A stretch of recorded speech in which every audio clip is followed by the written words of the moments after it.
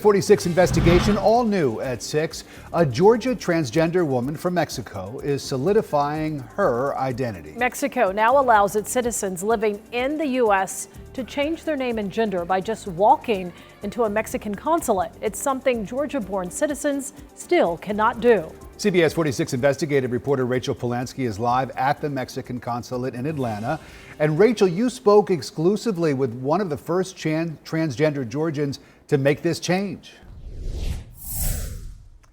I did, Rick, and it was really powerful. You know, when your gender marker does not match your appearance, it can subject you to discrimination, interrogation, and even violence. But with this document, this amended birth certificate, she says not only does it acknowledge her identity, but it also offers her some protection. A decades-long dream, we were finally acknowledged now a reality as transgender women. For Aubriana Escalera, Not only transgender women, as women living in the United States. as she receives her amended birth certificate. I know it would come one day, but I didn't know it would become this soon.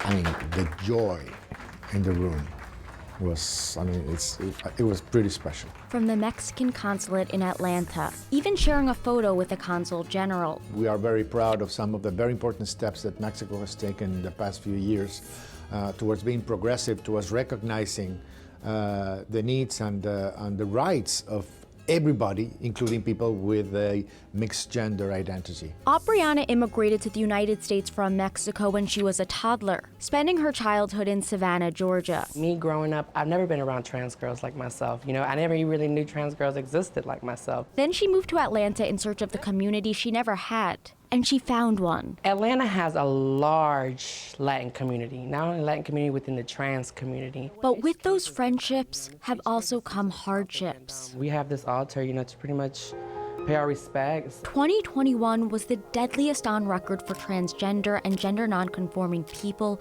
with at least 50 deaths across the country, 3 of them here in Georgia, including Sophie Vasquez, a friend of Aubriana's, who was shot and killed last May. Just her personality, it was very sweet. She was like she was very petite. It was just cute, you know, it was, she reminded me when I was younger. In the initial police report, Sophie was named Juan Arrieta Vasquez, sex M. Officers said the reporting was based on sex and not gender. We were also told that the Georgia ID provided a name and sex. It's called dead naming, and Aubriana believes that legally changing one's name and gender marker can stop it from happening. If I was to decease, I would not have to worry about being identified as just another male passed away who indulged in women's clothing. You know, it's not our life and it's not our story. CBS 46 Investigates wanted to know how updating identity documents in Mexico compares to the United States. And what we uncovered, it depends what state you were born in and what state you live in. In Georgia, you need proof of gender-affirming surgery or a court order, neither of which is needed under Mexico's new policy. It demonstrates that we need to modernize our systems for handling identity documents across the United States. If Mexico can do it, there's no reason that any other country in the world can't do it. And with her amended birth certificate, Aubriana was also able to get a new passport. And with it, a sense of completeness. It's really nice out here. And an ownership of her identity. It's nice, you know, it's medical reasons, work reasons, tax purposes. It helps with everything. As she continues to make And a lot of it's just about respect. a name for herself.